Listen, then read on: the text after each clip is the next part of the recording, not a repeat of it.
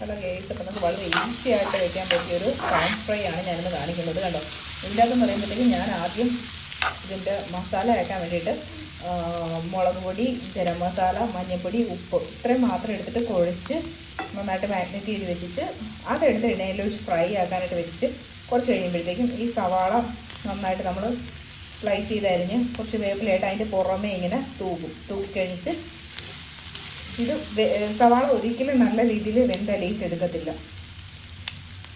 കഴിക്കുമ്പോഴത്തേക്കും ആണെങ്കിൽ ഇത് കഴിക്കുമ്പോഴത്തേക്കുണ്ടല്ലോ നമുക്കിങ്ങനെ സവാളയിൽ കിരികിരാന്ന് പറഞ്ഞ് ചവയ്ക്കാൻ പറ്റുന്ന രീതിയിൽ നമ്മളാക്കിയെടുക്കും. അതാണ് ഇതിൻ്റെ ഒരു സ്പെഷ്യാലിറ്റി എന്ന്. സാധാ ഫ്രൈയിൽ നിന്നത് വ്യത്യസ്തമാക്കുന്ന ആ ഒരു സ്പെഷ്യാലിറ്റി കൊണ്ടാണ്. സവാള നന്നായിട്ട് വേവിച്ചെടുക്കുക നമ്മൾ. ഇത് കുറച്ചുകൂടെ ഡീപ്പ് ഫ്രൈ ആയി കഴിയുമ്പോഴത്തേക്കും ഭയങ്കര ടേസ്റ്റി ആയത്, ഭയങ്കര ടേസ്റ്റി. ഒരുപാട് ഓയിൽ വേണ്ട, മസാലയൊക്കെ നന്നായിട്ട് യൂസ് ചെയ്തിട്ട്. അപ്പോൾ എല്ലാവരും ട്രൈ ചെയ്ത് നോക്കും കേട്ടോ. കണ്ടോ?